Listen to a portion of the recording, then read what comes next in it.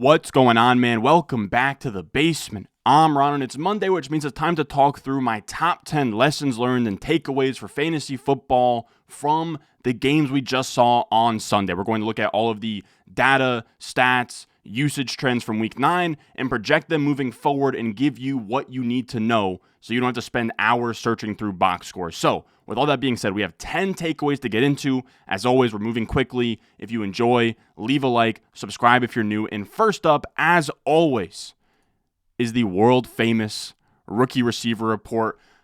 As always, before we even break down what's going on here, this show, especially the rookie receiver report, is sponsored by Underdog. They keep the lights on down here in the basement. Use promo code RON. They'll match your first deposit up to $1,000. They have free picks in the Pick'em lobby every single day. You can go higher on 0.5 total yards for Patrick Mahomes tonight. Easy as that. They have basketball. I want to say they have college basketball, which is coming up here as well. NBA. They have, of course, football. Everything you could possibly imagine. I think they have hockey as well, drafts, pick'em lobbies, everything in between. Make sure you check them out. I have a link in the description and the comment section down below where you can click it, take it to Underdog Fantasy. It'll use promo code RON. It'll match your first deposit up to $1,000. Now, the way that this works, these are all of the rookies with 95 or more routes ran this year at the wide receiver or tight end position. First up, you have week 7, week 8, and week 9 route percentage. That is just on a percentage basis, how often are you running a route on a drop back? So how often are you taking part in the passing plays of your offense? So we want that number to be 90% plus, 80% plus. Like, you need to be part of the passing game. Then you have targets per out run. So that is just how much volume are you commanding on a per out basis. Anything over 20% is pretty dang good. Yards per out run, how efficient are you from a yards gained basis per route? Anything over 2 is very good. First downs per out run, are you not just getting big plays in the yards per out run department? Are you also getting first downs, moving the chains, being an engine of your offense? That is first downs per out run. Anything over 10% is really, really good. Then you have PFF grade. This is just on film by PFF. How do you look? In years past, 80 plus has been an elite number to go after. 70 plus has been pretty solid. And then the change. This is just how much your PFF grade has changed week over week. So last week, Brock Bowers is 88.1. He's now 88.0. Not a big change there, but we'll talk about some of the big movers as we get going here into week 10. Now, first up in the rookie receiver report is always going to be Brock Bowers. He just sits at the top. I can't stress enough, like 88.0 PFF grade is just nuts. Like that's just a nuts number to get. Now, he has 5 catches, 45 yards, a touchdown. He had 2 quarterbacks in this game. Bowers just is what he is at this point. Now let's talk about Malik Neighbors. People are definitely starting to get a little bit spooked on Malik Neighbors, and I do understand. He now has 10 plus targets. He keeps getting peppered with targets, but it's tough to make good on those targets when 1, your quarterback is Daniel Jones, and 2, the left tackle Andrew Thomas has been out, creating much quicker times to throw before getting pressured for Daniel Jones. So what that's going to do is it's going to invite pressure, giving you less accurate passes, and then also not allowing him to develop, bigger boy routes down the field. So it is a little bit concerning, but the Washington defense is also very good. We saw them completely shut down the Bears last week. They do get a easier matchup versus Carolina this week. I'm still not fully panicking on Malik Neighbors. Of course, long term, 30% plus targets per out run, 2 plus, he hits everything, right? So long term, he's in that same vein as Jefferson, Chase, the big guys, but redraft, he is a bit frustrating right now. He gets Carolina, then a bye week. I still would have him as a back-end wide receiver 1 rest of season. Brian Thomas Jr., he was banged up in this game, right? He leaves this game 49% with an injury. Then he plays 97% of the routes, but he clearly wasn't right. He still made some key plays. I'm not going to hold it against him. I also wouldn't flinch in redraft where you're like, oh my God, you might have started him. I know a lot of people did. I did start him in a bunch of places as well. He didn't come through for you, but that's the risk you run when a guy is hurt, right? Sometimes it can be the Brian Thomas Jr. experience where he runs all the routes and none of the production, or it can be the Puka Nacua Thursday night experience where he runs, 60% of the routes, but he gets all the production. So, you're gambling there. I wouldn't read too much into Brian Thomas Jr. Now let's talk about the Panthers, right? So the Panthers, we have Coker. We have, how far do you got to go down? You got Xavier Legette, and then you also have JT Sanders going on. Now, Jalen Coker, you hate to see it. Good player, right? He's not commanding all the targets in the world, but that actually makes his yards per out run that much more impressive. His first downs per out run that much more impressive, and then just shy of an 80 plus PFF grade. I don't know why his routes came down, right? He went from 73% to 59%. This was without Adam Thielen. Of course, in this game, Leggett only played 63%. So I guess that they're kind of booing off of each other, but that doesn't tell that shouldn't be like they should be the starting two top dogs at receiver. I'm actually checking now to see.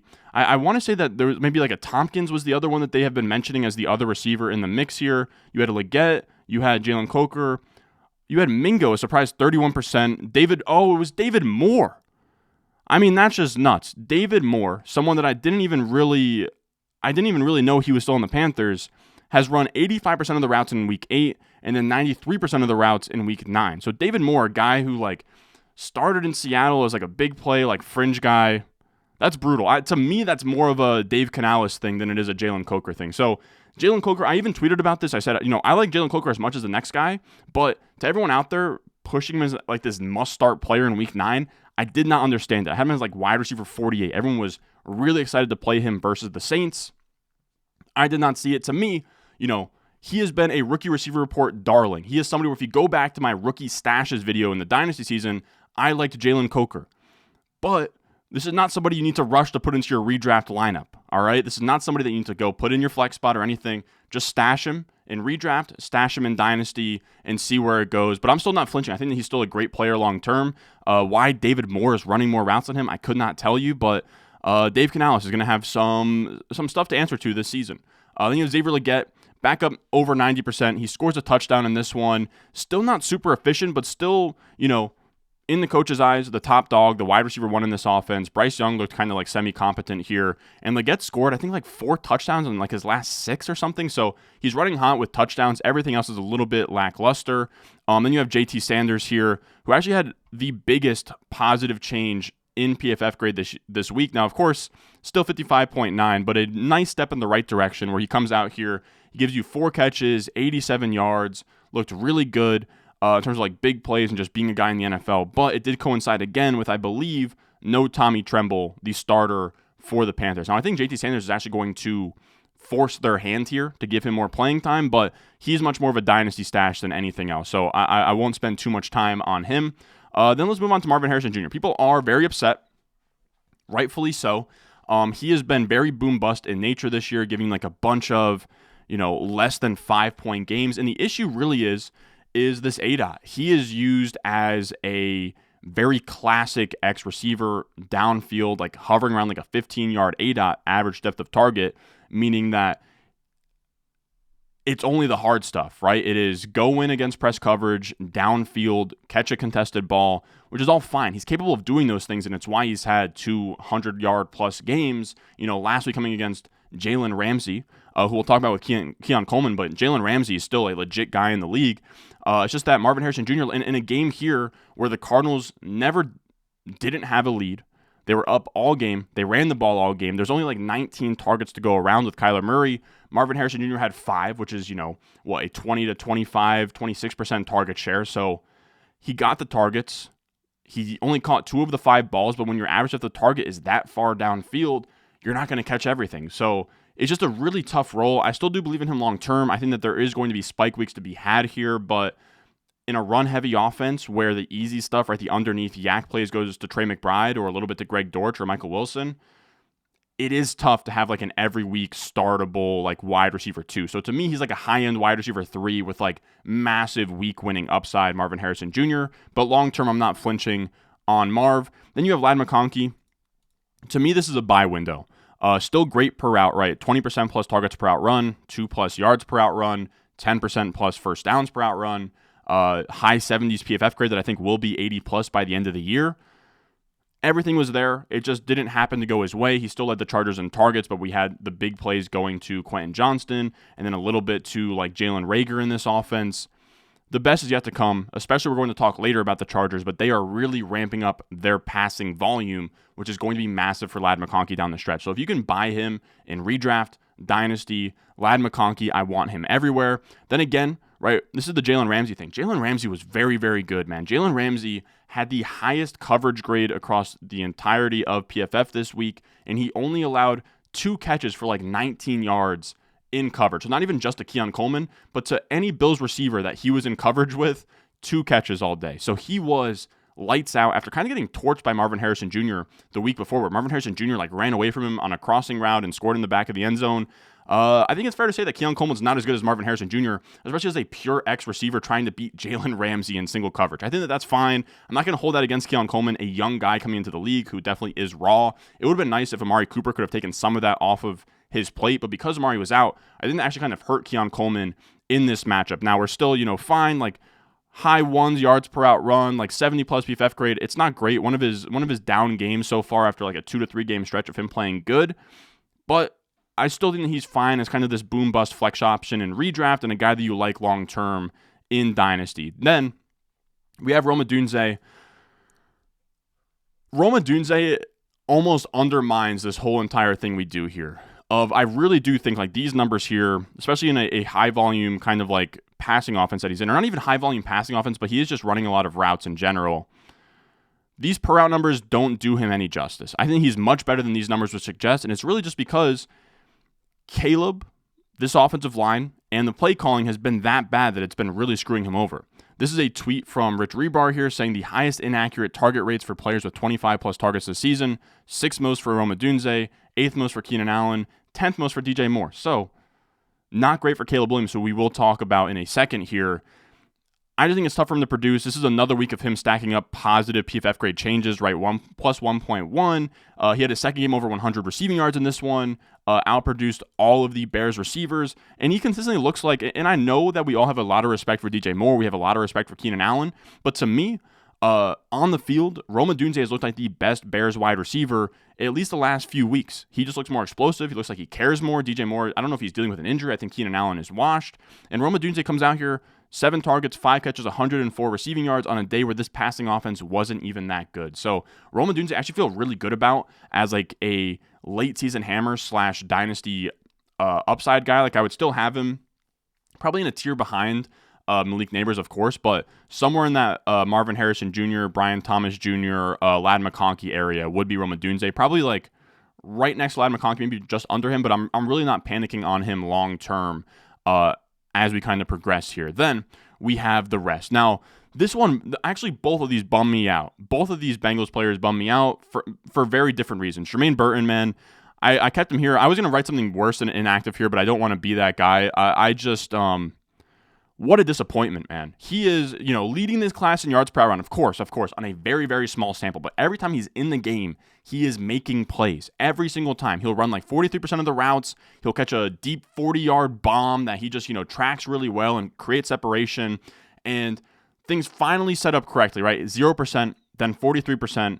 And then with no T. Higgins, you would think Jermaine Burton would lock in for once in his life and be a professional. Instead, in a week where they were going to use him in the game plan, right? Like this was the reports out of Cincinnati that he was going to be featured in the game plan, be a real receiver in this offense. He shows up to walkthroughs late. So he is then given a healthy inactive, a healthy scratch, and then he shows up on game day in pajamas. Like you genuinely cannot make it up. I've called him Antonio Callaway in the past. It's very much Antonio Callaway vibes. It's brutal because I think he's a good player. He can play, but he fell to the 3rd round for this reason, and he's still showing this issue. Joe Burrow on this day was pissed off the entire time. I think that he used to like sit on the same bench as Jermaine Burton. He like kicked Jermaine Burton out of his bench, just like brutal stuff. In a game where I really feel like he would have had like, maybe 65% plus of the routes and had a couple big catches, in a day where Joe Burrow throws 5 touchdowns. Jermaine Burton just can't get out of his own way. Could have been a really fun stash for redraft where if he ran 65% of the routes here and this is going to ramp up and he was going to get the ball more and T. Higgins' injury was going to be long, Jermaine Burton could have been a league winner in like an alternate reality. Instead, he's just kind of an idiot. I don't know what else to call him. But the other one that's very sad, and this will probably be the last time he's on the rookie receiver report, is Eric All. My heart breaks for the kid, man. He comes into the NFL this year out of Iowa off a torn ACL. So he slips in the draft. They ramp him up in the beginning of the season. He's been doing well, right? Like just shy of 20% targets per out run for a rookie tight end off an ACL tear is nuts. Now, his yards per out run looked better early in the season. Everything else looked better early in the season. The concern right now is that he has torn that same ACL he tore last year. So really, really sad. It just really sucks for him. So 24% of the routes, it seems like he's going to be gone rest of the year. Then we have AJ Barner. He's a rookie tight end for the Seahawks. He's been mixing in with like Fant and like the Pharaoh guy they have over there. He finally was like a full-time tight end without Noah Fant this week. he looked fine. He had like 7 targets. He got a lot of volume. Didn't really do much with the volume, but his first downs per out run is actually really good. So he's kind of like he's good at being a meaningful chain mover. Outside of that, there's nothing else to really say. I don't know what he did in this game that was so bad. Maybe a fumble? I'm trying to look. I don't know. But he decreased his PFF grade from last week by minus 6.5. But I imagine it's probably one of these things where he had, if you're running off of 20% of the routes the rest of the season, then you have a game where you're a featured player. I want to say PFF weights them by like routes or snaps. So if you have like, let's say an entire year's worth of like 70 snaps of like an 80 PFF grade, and you come out in a week where you play a full 40 snaps, 50 snaps of a 60, 50 PFF grade, it's going to kind of balance things out. So I don't think that Barner had like an awful day. I just think that he came back down to the mean in a full sample of snaps. Our next player we're going to talk about here, this is just kind of the rest, doing some cleanup duty. AD Mitchell doing the same thing. Less routes run in this game, which really sucks. But still at 32% targets per out run. Still, coming in, commanding a target, giving you some yards, right? The yards per out run is starting to come up here a little bit as well, but still not a full-time receiver. But in Dynasty, I'm holding on. And same thing in redraft as well, because I really do believe, we'll talk about it later, Pittman is very close to going on IR, man. I really do believe in my heart of hearts that he is. Then you have Theo Johnson. Big day, nothing really else to report, but 76% of the routes. He had 3 catches, 51 yards, and like a touchdown that like almost got the Giants back into the game. But he, it's a rookie tight end. Your expectations should be pretty low. Nothing else to really comment on. I'll say Jalen Polk. I mean, he comes back from injury, 11% of the routes. Like he is fully dead. Both of the Broncos receivers sort of ticked back up their route percentage. Devon Vele and Troy Franklin. Nothing really to see there though as well. Now let's move on to from that and get back into the rest of our lessons learned. Second up, let's do some rookie quarterback talk, right? So we did the rookie receiver report. This felt like a good week to do the rookie quarterback talk. Now I will say that I want to give a big flat disclaimer. If you guys follow me on Twitter, don't take what I say very seriously. This is a lot of me just like reacting during the game day and throwing shit at the wall, seeing what sticks, and then kind of workshopping takes so that when I get to you guys on YouTube, I can, think this out, put some data behind it. This was certainly off the cuff, just me starting Caleb Williams in a couple matchups where he just completely shits the bed for like the 3rd time this year in what was supposed to be a good matchup on paper versus the Arizona Cardinals. Now what I mean here, Caleb Williams is closer to Bo Nix than he is Drake May. Really what I'm trying to say is Jaden Daniels is a tier above the rest, and this idea just based on first overall draft pick that Caleb is like ahead of May and like this tier almost like with Jaden Daniels. No. He is not in a tier with Jaden Daniels. He is a tier behind Jaden Daniels with Drake May. So if I could have that tweet back, I'd probably say that Caleb Williams is closer to Drake May. I'd probably say that Caleb is closer to Nix than he is Daniels, which is true. It is certifiably true. This is from Kevin Cole here. Just looking at cumulative EPA per play. EPA per play is just your success rate, right? So if you need 3 yards to get a first down, right? But if you throw a pass that gets 4 yards, that doesn't look good in your stat sheet, right? 4 yards on a completion, it's going to bring down your yards per attempt, it's going to bring down everything. But if you get a first down, that'll help your EPA per play. So it's like a context-oriented yards and touchdown stat where are you getting first downs? Are you moving the chains? Are you helping your team win football games? Are you scoring touchdowns? All of that. It provides context to your yards, touchdowns, interceptions, all of that. And you can see Jaden Daniels is just a cut above the rest here. Caleb kind of like starts slow, then comes up. Same thing with like May. And they've now all kind of separated themselves into Jaden in his own tier, and then Nix, Caleb, and May in a separate bottom tier. Now, what I will say is that we need to kind of look through the lens of rookie quarterbacks. There's 2 lenses. There is the lens of fantasy football asset in redraft and dynasty, and there is the lens of real life quarterback, franchise quarterback potential. Now, for me, Bo Nix being super old already, also some of the eye test stuff where he just like completely missed Troy Franklin on a deep ball, he to me is in a clear tier below them.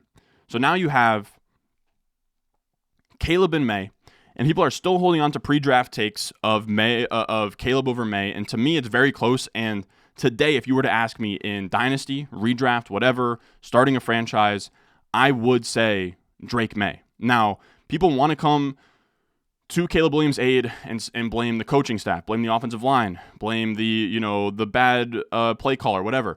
And there's 100% all of that at play, right? There's 100% Shane Waldron's play calling sucks. Keenan Allen is washed. DJ Moore seems uninterested. The offensive line can't block. There's a lot of things going on here that aren't good. But as a Jets fan that has been in the business of blaming everybody but the quarterback, at a certain point, some blame has to go there. Now, again, blame goes to the offensive line, play caller, whatever. But Caleb Williams is also not doing this team any favors right now. He has not been very good. He is somebody right now where this was a concern coming out of school that he could not play within structure, and he is not proving that wrong to this point. If we look at time to throw on PFF, he is at 3.05 time to throw. So anything over 3, like that, you're really holding on to the ball.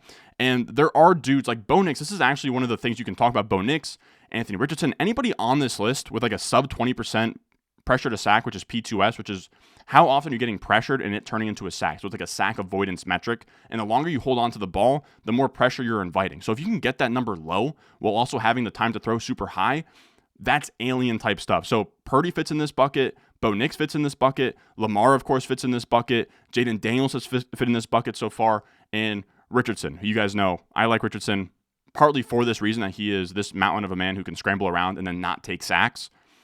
Caleb is not that guy. He is on this list.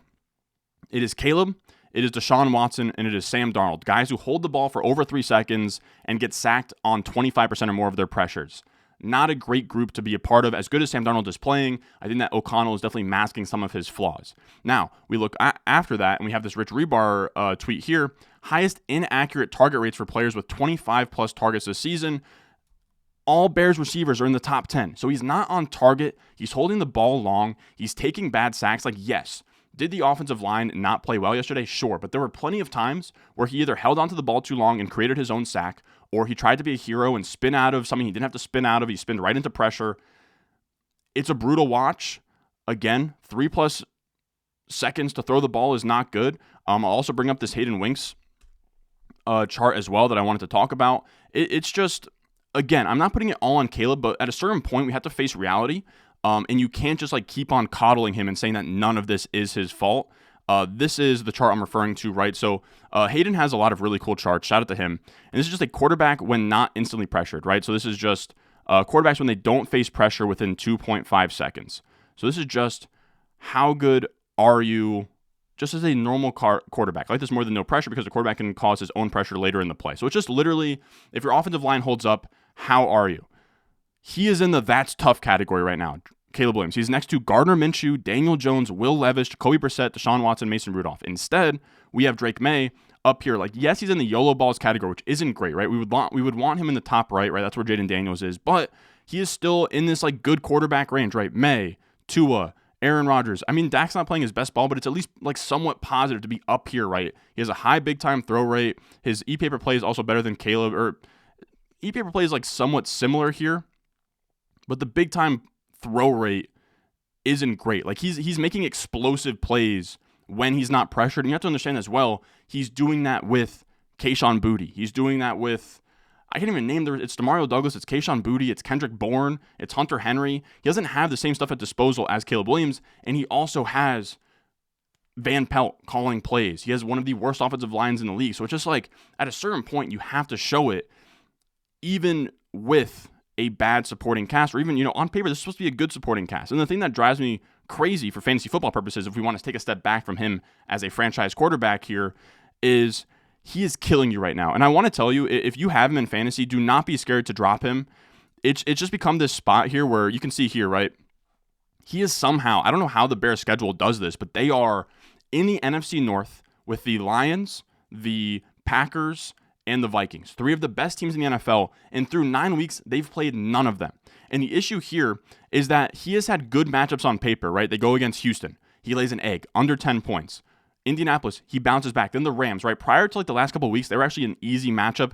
You likely started him versus the Rams. He killed you. He gives you 2 great games against Carolina and Jacksonville. 2 bad defenses.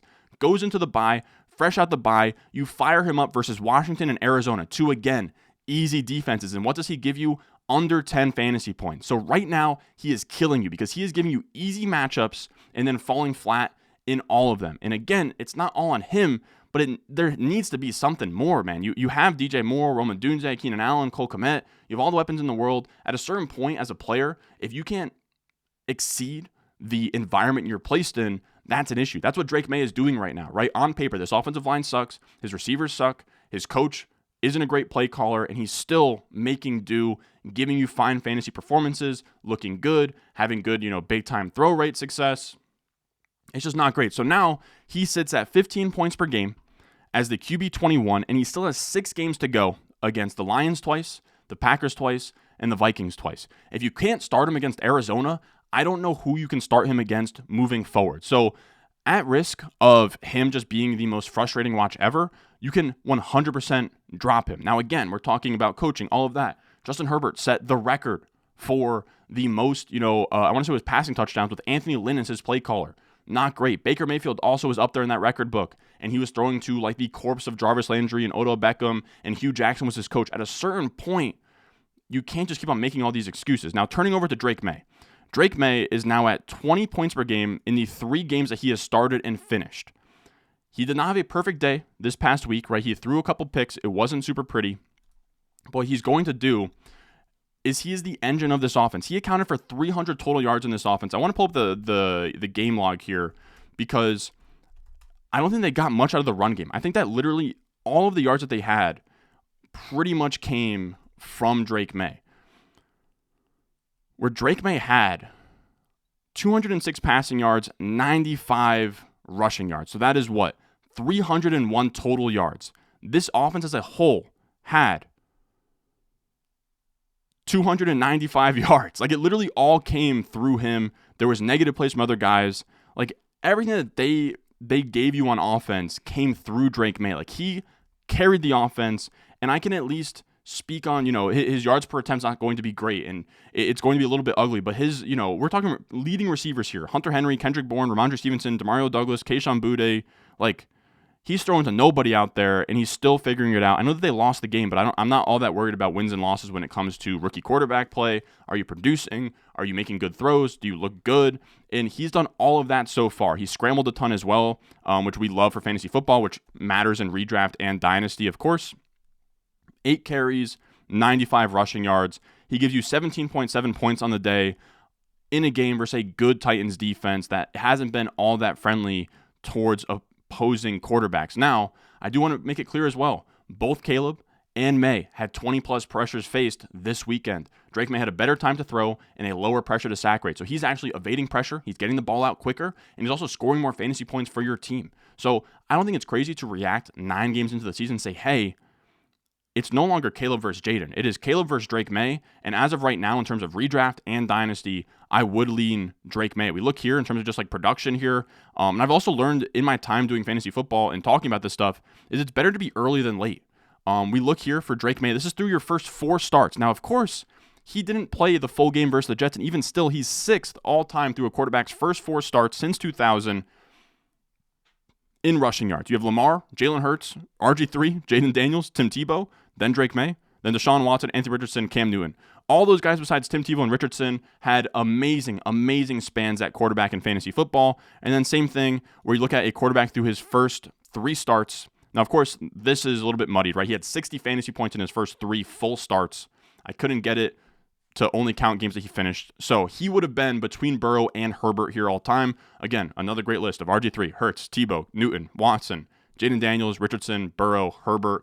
You cannot find Caleb Williams on a single one of these lists of like the best rookie quarterback seasons of all time. Yet he has one of the best supporting casts of all time. So I mean, that Drake May cannot say. So that's where I'm at right now. And I don't say all this to say that it's over for Caleb. But at a certain point, we have to face reality and say that this is what it's been. It has not been pretty. He is throwing the ball off target. He is taking bad sacks. He is holding the ball for way too long. All of these things that were our worst nightmare when talking about him in May and April and March. So at a certain point, you have to call it what it is.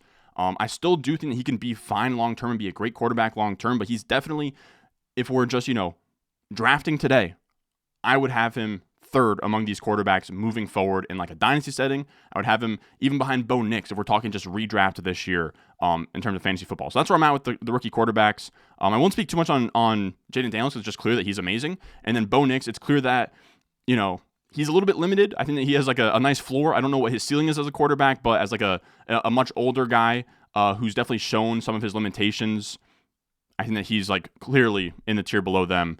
as well. Now, moving on from that, let's talk about the 2022 wide receiver draft class here. All of them sort of came out here and showed out. First up, you have Zay Flowers. Zay Flowers comes out here and gives you 5 catches, 127 yards, 2 touchdowns versus a Denver Broncos defense that came into this day as the best pass EPA per play defense. So, monster stuff. It kind of speaks to what Lamar's doing, but then also Zay Flowers in his last 5 games is the wide receiver 8 with 18.7 points per game.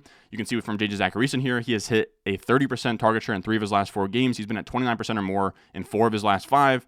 Austin Abbott here says Zay Flowers now has 100-plus yards in 4 of his last 5 games. And you have the stat lines here from the OG Fantasy Football. He's just been an absolute monster. I won't lie. I actually moved him down a little bit in my rest of season rankings because Deontay Johnson's in town. And everywhere that Deontay Johnson has gone, he has commanded a lot of targets. But I think that Zay Flowers is just undeniable. So I moved him, I moved him down like a tier. I'll probably just move him back up a tier. He's just been that good. It's undeniable. I don't really care if Deontay's there. They're almost talking about Deontay as if he's the wide receiver 3 behind Rashad Bateman as well. So Deontay Johnson might be a whole other brand of dead. Now, I know people wanted me to talk about Deontay, but he just ran 27% of the routes. He did not earn a target. So until he gets like 70% plus of the routes, you can't really think about putting him in your lineup or worrying about what he does to the other pass catchers in this offense. Then we have JSN, who I owe an apology. Now, my relationship with JSN has been rocky. I loved him as a prospect. He was my wide receiver 1. I was begging the Jets to take him over Will McDonald. Now I think I kind of look like an idiot. I think they could have. It would have been fine either way. But Will McDonald is top 3 in sacks this year. But JSN, I liked him as a rookie. And then we always react to information. If somebody comes out in their first year and they underperform, right? Like we just talked about with Caleb, at a certain point you have to be real with what you just saw. And then through, October 22nd, I quoted a Hayden Winks tweet here. JSN has a worse yards per out run than his rookie year numbers, which were bad, and it brings me no joy to report. Last year, he was inefficient. He was bad. This year, he had been inefficient to this point. And then even with DK Metcalf out, he hadn't shown that he could be the guy in this offense. Then Sunday happens, and he goes nuts. He puts up 13 targets. He actually left, and it's not on him really. It's just because, these are deep targets. Some is on Geno, some's on JSN, some's on the defense. Maybe a couple of them were penalties as well. But he had 13 targets, 7 catches, 180 yards, 2 touchdowns, and now sits as the wide receiver 23 in points per game. And this is what we always hoped for, where this is somebody that had been shoehorned by Shane Waldron into this really bad low ADOT slot, like Wan'Dale Robinson type role, when he's much more than that. And he showcased that last night, right? You can see here, he's, running all across the field in the intermediate parts, in the deep parts of the field, some of the layup stuff as well. Like, just use him in all 3 levels, and he can really cook here. And Matt Harmon points out, in week 9, he was 3 of 5 on 20-plus air yard targets for 99 yards. In weeks 1 through 8 before that, he was 0 for 5 on 20-plus air yard targets, 0 games with multiple deep receptions. He said that he's charted JSN as a prospect in his rookie year for reception perception, and I've never understood why he's been so limited to pop gun and short targets in the pros. He's always been such a strong separator in the intermediate area and can win deep on big over routes. Fluke against a weaker secondary or sign of things to come? I guess we'll find out. And that's where I'm at. I wouldn't get over your skis and say that JSN's not like a wide receiver 1 rest of season. He, to me, is a borderline wide receiver 2 that should probably almost always be in your lineup. But this is really strong. Like, this is what we wanted to see, that he could be a complete receiver. I think that that's there. I think there's also some aspect to it of Lockett and Metcalf's games aren't the short layup stuff. So I think that JSN by default takes some of that on his plate, and it does kind of take away from him being a complete receiver downfield in all areas of the field. So there's some scheme, there's some teammate stuff, but I have to believe after what he put on tape in this game and what he put on the field in this game, that he'll get some more of this usage, and that could be really good moving forward. More of that 2022 wide receiver class, we have Jordan Addison here. Nothing crazy, but kind of a little bit of a squeaky wheel game, right? 5 targets, his second most on the year. He gets in the end zone. He's a boom-bust flex, especially now with Hawkinson back in the mix. Let's talk about Hawkinson right now. Why not? Hawkinson is, you can't really evaluate him. They really eased him in. You can see from Adam Levitan here, 45% of the snaps. He ran a route on 61% of the dropbacks, 4 targets for an 11% share, 3 for 27. So you're going to want to wait for that to come up to like a 70% plus route percentage. I don't know that the snaps really matter much. 4 targets for an 11% share isn't amazing, but I do think that better days are obviously to come for Hawkinson. I can't really speak too much on 3 catches for 27 yards. I can't really say much about if he looks like himself again, but I would just stay patient. They do have the Jaguars this upcoming week, which could be a really nice kind of like jump off point for Hawkinson. But we'll see. We'll see what reports are going to next year. It will be, or next week, it will be a gamble if you start him because, again, we have no guarantee that he will run, 75% of the routes and be a real focal point in this offense. But I think sometime soon he will be. And then the last wide receiver from this class, man, we have. Do I have it on here? No, I don't. I do. We have Quentin Johnson. Now, here's the issue, right? Quentin Johnson comes out here, 5 targets, 4 catches, 118 yards, a touchdown, 22 PPR points. I would just be hesitant to say, well, QJ is like a really good player and this is going to stick. That would be my thing. And I say this as someone that liked QJ coming out of the draft. You can see here from A.D. Simmons, as a result, QJ, he was kind of doing this thing where he looked through the QJ catches and told you if it was broken coverage or not. This one was runs a seam route through the shallow zone, has an empty field all the way to the end zone. Verdict, broken coverage. A lot of his big plays yesterday were broken coverages, were kind of like an end of half pitch and ladder situation. I don't know. You'll take the W of 22 PPR points. I just am not crazy about putting him into a redraft managed lineup. He's fun for best ball and stuff, but a lot of this stuff is not replicable, and I think that Ladd McConkey will be the guy who gets these types of receiving lines moving forward. Now, that leads us into our fourth takeaway here, that Justin Herbert is truly a man on fire. And if you want to talk about, like, not MVP candidates, because the offense isn't good enough for that, but if you just want to talk about who is playing the quarterback position at the highest level right now, it would be, of course, like Lamar, it'd be Josh Allen, it would be Joe Burrow's up there.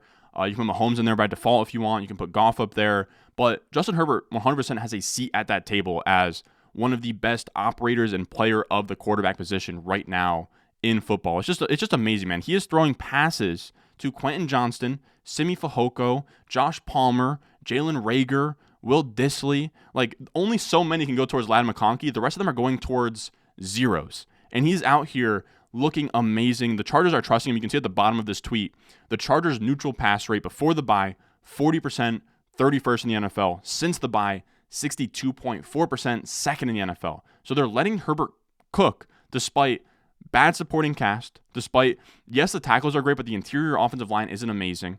The pass catchers aren't great. Greg Roman doesn't call like a spectacular offense by any means. And since the bye week, right, week 6 on, he is QB2 in PFF grade. He is QB2 in passing yards, 5 touchdowns, 0 picks. He is QB7 in yards per attempt, QB2 in big-time throw percentage, QB9 in turnover-worthy play percentage, and the QB10 in fantasy points per game. He is now somebody you can start in your fantasy lineup in good matchups. I will 100% be upgrading him moving forward. There was someone on the Patreon that said, Ron, I think you got Herbert too low. I was like, the Browns defense is pretty dang good, man. And first game off the bye, he had like just 14 points, but he's on a heater right now. He's figuring out the position. Things are clicking in this offense for him. So Herbert, to me, is a like fringe QB1 rest of season and someone you can definitely play, especially in some of these plus matchups that he has, especially, in the AFC West, where, you have, of course, the Raiders, who like aren't great on defense. And then we have, as well, with the rest of this team, you have J.K. Dobbins, who has looked amazing. He has had a bunch of explosive plays. You have here from Ryan Heath. J.K. Dobbins looked explosive today. His yards per carry average over the different stretches of the season, 9.8 in weeks 1 through 2. Then 3 through 8, 3.16, not great. And now today, which was yesterday, 6.07. So he's starting to bounce back. I don't know. People want to like really rush to sell J.K. Dobbins, sell him high off the Achilles. I get that. I just don't think that anyone's really paying top dollar for J.K. Dobbins. So if you've just rode him till the wheels fall off, I think you can just continue to do that, man. He has 5 games above 15 PPR points, just 3 below that. He had 14 carries, 85 yards, 2 touchdowns, 2 catches for 20 yards in this game, 24.5 PPR points. He's the RB12 in points per game. Sue me for just wanting to keep that guy on my team, to be honest with you. And then also above there, Ladd McConkey led the receivers with 25.9% of the targets. And then Quentin Johnson and Josh Palmer outscored him in fantasy due to coverage bust. So still feel really good about Ladd McConkey. And then the last thing we'll touch on here is on the other side, the Browns. Cedric Tillman's just a dog, man. He's really good. 8 catches for 81 yards in this game, 7 for 99 and 2, 6 for 75 and 1. Like, he's just been on an absolute heater the past few weeks. I think he's someone you can definitely trust in your lineup as like a wide receiver 3 moving forward. Then we have our fifth takeaway. Devon Achane, we are not worthy, man. This is just, it stings so much because you guys know how much we love Devon Achane heading into this year. He was somebody that I tried to get in every second round that I could. And then we had a 5-game stretch of like Tyler Huntley and a concussion, and it was brutal. But in the games with Tua so far, he is averaging 27.8 points per game, according to J.J. Zacharyson. And the biggest thing, and something that I harped on, was that, yes, the efficiency will not sustain. He will get more volume, and if it doesn't come between the tackles, it should come between, not between anything, but in the passing game as someone that caught a bunch of balls while at Texas A&M and was efficient last year catching passes and commanding targets. And now, I will be honest, I would have never guessed this, right? In Week 9, he put a 29.6% target share on the board, 87% of the routes. Insanity. And he's now had a target share per game rate of 22.3% in games that Tua has started. 22.3% for a running back is crazy. Like anything over 15% is really good, and like the high teens is like Alvin Kamara stuff. Low 20s is like prime Kamara stuff. So this is special stuff. To me, he's a top 3 running back rest of season. He had 32.1 PPR points yesterday, 12 carries, 63 yards and a touchdown, 8 catches, 58 yards and a touchdown through the air. He's just a monster, man. And again, this is just what we kind of talked about in the offseason of like, he could be Kamara, and that's what he's been doing this year. So it's really exciting. I hope that he stays healthy. I know that he's been wearing the Guardian helmet. I hope that Tua stays healthy. I hope that everyone just sort of bubble wraps this thing to the end, and we ride out these 20-plus point per game finishes for Achane. Now, I will say as well, a nugget that was interesting was that he out-touched Mostert 11-1 after Mostert fumbled and kind of in like the crunch time of this game, just to sort of figure out what the priorities of this team is. Then we also have Waddle, right? If you want to talk about the rest of this Miami team, this is the one I'll take on the chin. As much as I liked Achane, I liked Waddle. But I did not suspect that Achane would take Waddle's position in the passing game, and then that Jonnu Smith would then leapfrog Jalen Waddle as well. Mind you, Jalen Waddle is a top 10 paid wide receiver in the NFL, and he is just kind of a decorative piece in this Miami offense. These are in the 3 games that Tua started and finished.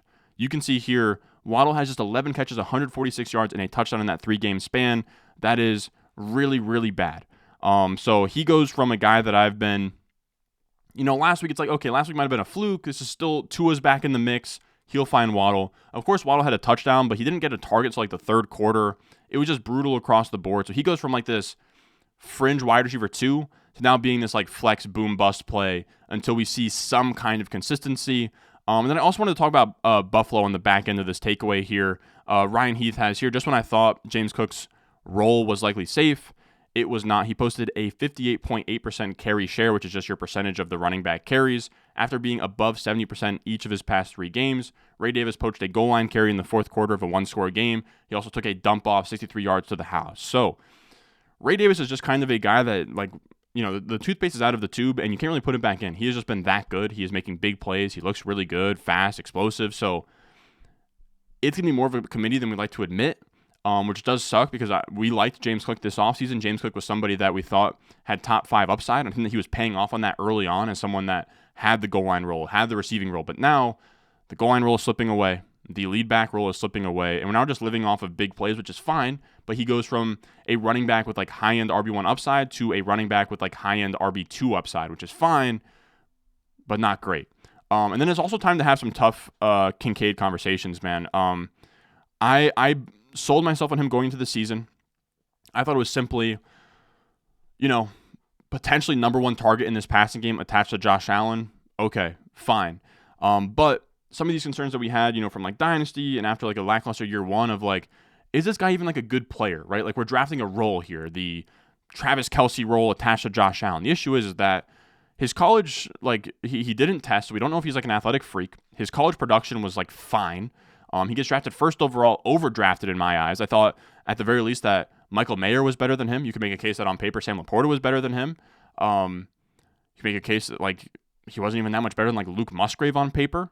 So he's kind of been thrusted into this role, and he's commanding targets, which we like. But at a certain point, you have to find some efficiency at tight end is what I'm saying here. Jacob Gibbs here in the first tweet. Kincaid in week 9. Team high 32 routes on 40 dropbacks. Double-digit targets for just the 2nd time in his career. Career best 55% air yardage share, first time over 40. And what does he give you on the week? he gives you, like 7 points? He gave you 7.2 fantasy points on 10 targets. He turned 10 targets, a season high, into 4 catches for 32 yards. And now in the season, he ranks 3rd in targets, which is great, but 12th in PFF grade, 13th in points per game, 15th in yards per out run, 28th in passer rating when targeted, 38th in catch rate among 40 qualified tight ends. Now, I'm not even a catch rate guy, but if you are 38th among all tight ends and your ADOT isn't like league leading, like 16-yard ADOT, and your catch rate is that low, that is really bad, right? Because the relationship there is the further downfield you are, the less likely you are to catch the ball. He's not even like a league leader in ADOT, so not good. It's not like Josh Allen's a wildly inaccurate quarterback either. He's just, I don't know, man. He's just not a special talent is what it comes down to. And at tight end, that matters a lot, right? Kittle is up there. Bowers is up there. Kelsey is up there. You have to be good. You have to be efficient. You have to be a playmaker in your offense. He's just kind of just a guy. Not great. Now, I will say, talked about with Keon Coleman, Amari Cooper not in the game. That's why all these targets happened. Keon Coleman, I think, actually kind of did not benefit from the Amari Cooper late inactive because of the Jalen Ramsey shadow coverage, but not great for Kincaid. How Josh Allen figures out to win these games when you get that kind of production from 10 targets, he is a magician. Then we have the Joe Flacco experience, and I will refrain from talking too much about the Richardson stuff. You guys follow me on Twitter. I've been screaming all week that, look, man, I don't even know if Richardson's a good quarterback. I'm not saying that he's going to be the quarterback of the future. I'm just saying in 10 starts, for a guy that has 23 total starts since his freshman year of high school, we just simply do not know. And the highs are great. He leads the NFL in big-time throw rate. He also has a 7+ yards per attempt that's in like the top 20, better than a guy like Caleb Williams. So is the completion percentage bad? Yes, but that's it. Like that's like the only thing that's like all that terrible. If you just focus it on completion percentage, it's like, oh my God, he sucks. If you zoom out and say, oh my God, he leads the NFL in average depth of target, meaning that his completion percentage would be expected to be lower than usual, okay. But regardless, I thought it was really bad from a team building decision standpoint. When you draft him 4th overall, you do not cut ties after 10 games for Joe Flacco, who I saw plenty of in New York, and we saw plenty of in Denver. People love to act like he miraculously came off the couch after like years of retirement and balled out for the Browns last year. No. He was bad for the Broncos, and he was bad for the Jets. And then, because of that, not a single team called him in 2023 until the Browns picked up the phone when the Deshaun Watson stuff happened. So, what do I know? I just thought that was a bit foolish by whoever made that decision for the Colts. But let's talk about what Joe Flacco was in primetime here and how that affects the offense. So, I will say the first note here is this is a good Vikings defense, all right? So, this I'm not going to put it too much on like Flacco and like I told you so. It's just really more like he was not a clear and obvious upgrade, and this is not a clear and obvious team with Super Bowl aspirations. So if that's the case, get your quarterback of the future some reps. Now, here you can see the Vikings have the second best EPA per play defense in the league. So when we talk about fantasy football, things aren't going to go great against that good of a defense. Brian Flores is great. He's going to send a lot of pressure at a guy like Joe Flacco who can't move at all. That's not going to go well. It's kind of similar to what happened to Aaron Rodgers in London with the Vikings. So the thing is that because of this good defense, because of the pressure that they create, the context that's needed is you're going to have a lot more 12 personnel. So you can have tight ends to stay in and block and chip and give them kind of heavy looks where you can like threaten the run, but then not run and you pass, and maybe that can buy you some time off of the pressure. That was their game plan heading into tonight. So Josh Downs played 100% of the snaps in 11 personnel, according to Nathan Yonke. 11 personnel is three wide receivers, 1 tight end. Heavier stuff like 12 is where you have 2 tight ends in the mix. That's what they were running a lot of in this game. And when that happens, you don't want a small guy like Josh Downs in the perimeter. You want Pittman. You want Alec Pierce, guys who are like pure perimeter receivers. Now, Josh Downs had 9 targets, 6 catches, 60 yards. That's fine. That's not great. It's supposed to be like a smash spot. Flacco back in the mix. I still think Downs is going to be fine long term. He had a 32% target share, 40% targets per out run. He ran 67% of the routes, again, because of the 12 personnel stuff. Not really a talent situation. Now, I keep screaming this at the top of my lungs, man. I don't know. I don't know who to tell this to. It's why I said Pittman's a sell. It's why I've been stashing A.D. Mitchell everywhere, because I truly do think that Pittman is very close to either going on IR or missing a few games here. Everybody that I respect that has opinions on the film of football is saying something is not right with 11. You have a account here. I actually love Colts Film Room on Twitter. I won't ever comment on the effort of 11 anymore. He's playing through something and probably battling his ass off to be out there. Nothing but respect. But man, tough to play quarterback when it takes that long to get out of a break. He's taking forever to get out of breaks. He doesn't look right. And he's saying, like, respect him for being a warrior, but something is clearly off. And that's how it's been ever since the weird kind of like, oh, he has a back injury, he's going to go on IR. And then he said, nah, I'm good. So he's playing through something that is like keeping him from producing, keeping him from looking good on film. And for that reason, even with Flacco, Pittman is still a pretty brutal start. He had 4 targets, 1 catch, 14 yards here. He's been doing this the past couple of games, where in last week's game, he had 6 targets that he turned into 1 catch. He's like weak at the catch point right now. He's slow out of his breaks. Even with Flacco, again, I'm not dying to start Pittman in any capacity. You also have the report from Jesse Morris here that he's dealing with another injury. This one, a finger, either fractured or dislocation/sprained finger on his right hand, either 3rd or 4th digit. It's buddy taped to the other digit. So dealing with fingers, dealing with back. I respect that he is this warrior playing through all the adversity, but something's wrong. And if he keeps putting bad tape on the field, he's going to get sat down so that he can get some rest and get healthy. So that's my take on Pittman. Then we have the rushing efficiency. That is going to go down with Flacco as well, because Flacco is 0 threat as a rusher, making it so the defense can key in on Jonathan Taylor. When Richardson's back there and scrambling, and they're using him in the zone read game, in the like the GT counters of the world, that's when you get, now you sort of have to, there's like a numbers game going on here, where if the quarterback is someone you have to worry about, then you actually get the advantage in the run game. You see here from Zach Hicks, super small sample size, but Jonathan Taylor splits with each quarterback this year, 16 for 58, 3.6 yards per carry with Flacco, with 5.2 yards per carry with Richardson. Even in the one game Taylor played with both, he averaged 6 yards per carry with AR, and then 3.6 with Flacco versus Pittsburgh. Mina Kimes chimes in. Jonathan Taylor has 3 successful runs on 13 carries per next-gen stats, also a season worst rate. Now, that was like a midpoint of the game. Rushing efficiency takes a huge blow with Flacco, which sucks for Jonathan Taylor. It's not a death sentence, right? The Vikings defense is very good. Things will bounce back, but the days of like a 6 yards per carry and like a really nice efficiency day, those are gone with Flacco. But the receiving game does take a little bit of an uptick. He had a season high with like 5 targets in this game, but it really only turned into like 3 catches for 11 yards. So not great either. Now, our next takeaway is Chase Brown is a league winner, man. League winner. He looks really good in this game. This is from the Fantasy Life utilization report here. You can see without Zach Moss, who, by the way, Zach Moss is like staring down the barrel of IR right now. So Chase Brown, that's why I say league winner, is because this could be a 4-week thing where Chase Brown is just the guy. You can see here from a usage standpoint, he finishes with 79% of the routes, 90% of the rush attempts, 63% of the routes, 14% of the targets. Those are all season highs. 26.7 PPR points, season high. RB4 on the week, season high. He had 27 carries for 120 yards, 5 catches, 37 yards, and a receiving touchdown, 30-plus touches. He looked amazing on the week. So Chase Brown, of course it was the Raiders, but if he gets this usage where he is just like the only back, it doesn't seem like they trust Travion Williams at all, that's really good for Chase Brown. Now, in terms of the rest of the offense, like if we're just talking Bengals, we talked about Jermaine Burton. So disappointed in that young man. I hate to say that. So disappointed. T. Higgins sits out. We have Gesicki now averaging 15 points per game in the 4 games without T. Higgins. That would be the tight end 2 ahead of Brock Bowers. So, again, we talked about it last week. Any game that T. Higgins is not playing, Gesicki is great. And not only great, but a guy that I would flex in like tight end premium leagues. If we're talking like FFPC or like Dynasty tight end premiums. And then we'll talk about Jamar Chase. Not panicking. It didn't show up in the box score, but he still had 11 targets. He's now had 11 targets in back-to-back weeks without T. Higgins. He's the focal point. I'm not worried. Efficiency will come for Jamar Chase. It always does.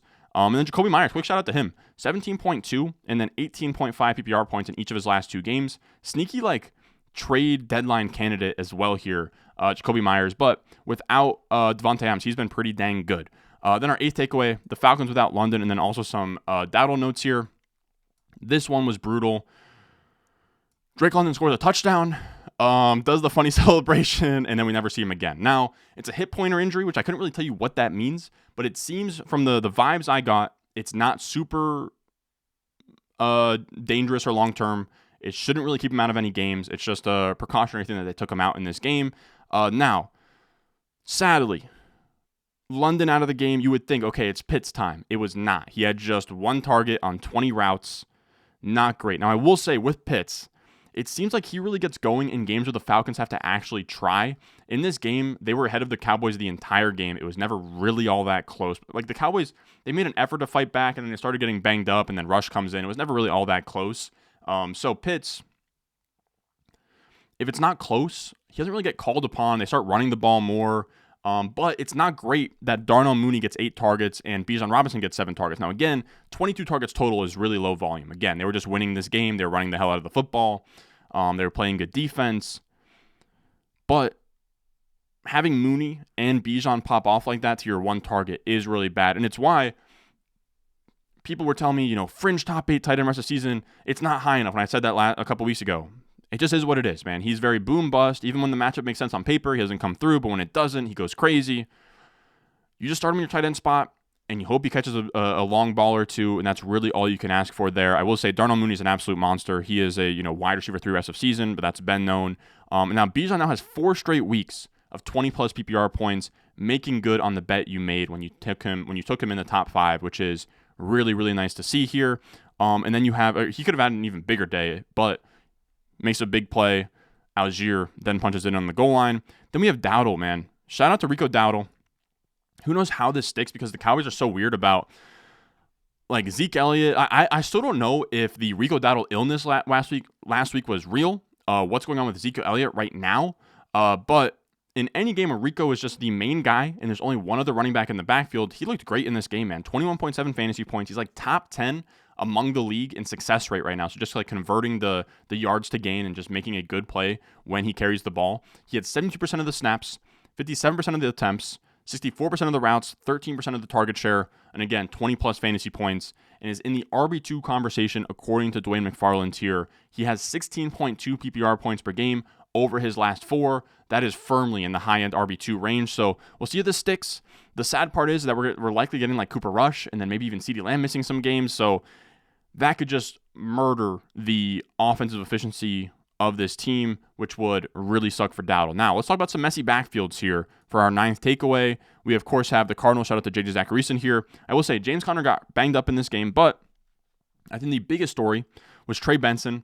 He played 16 snaps, 26% of the snaps. That was his second highest of the season. He looked really good. He had some explosive plays. He ripped off some long runs. He scored a touchdown. He looked good. So he is now somebody that we'll probably actually talk about in the waiver wire show as a stash.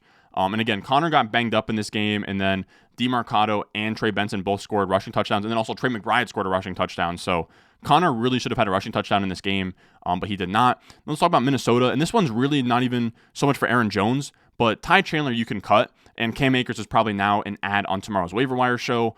Aaron Jones, still the guy, but in Week 9, Ty Chandler had 0% of the snaps after going from 12% to 4%.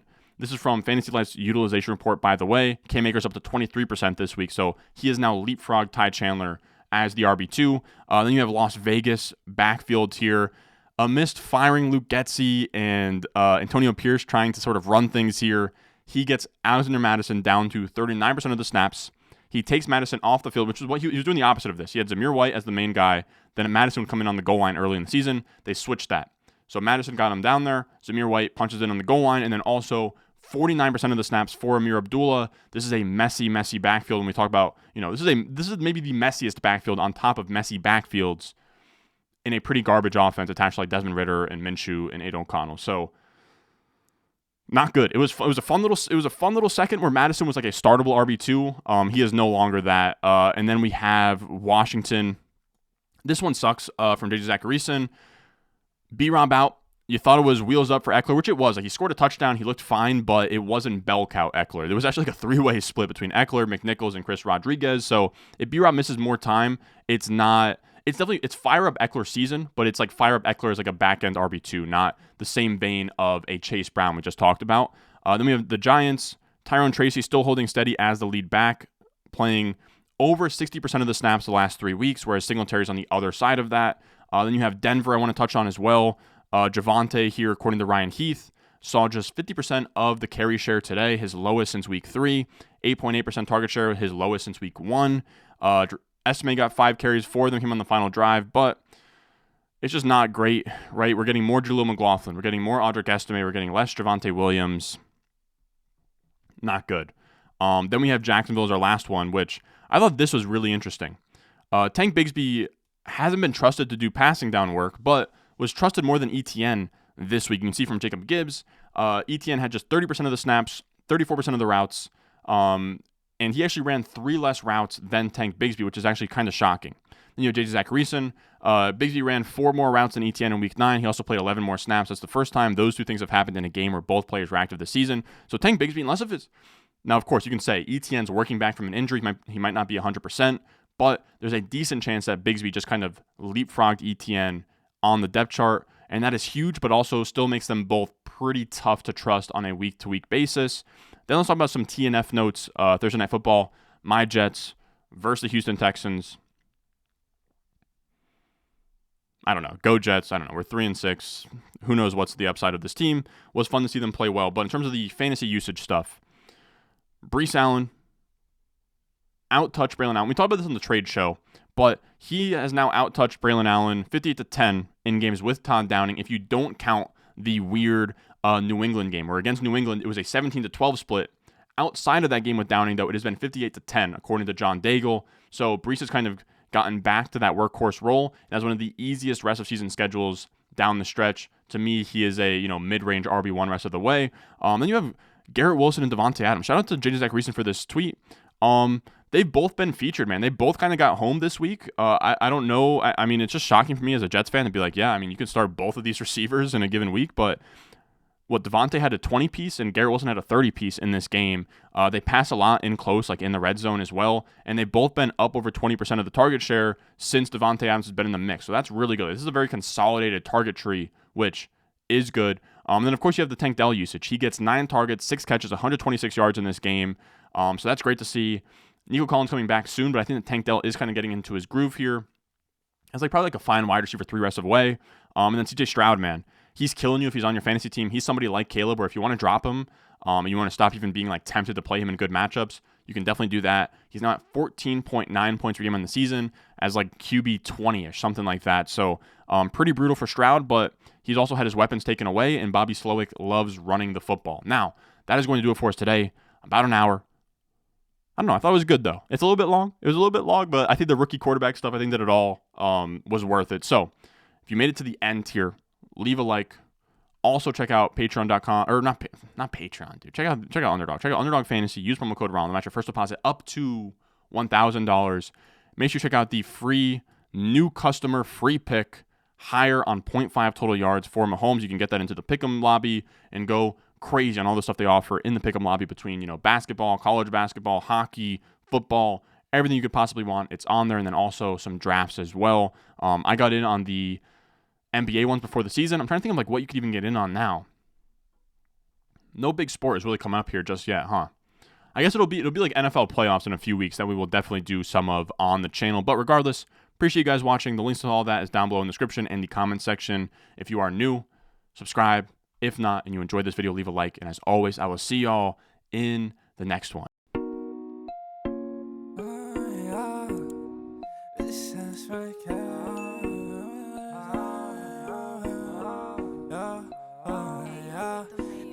Stones, like this froze, ice cold,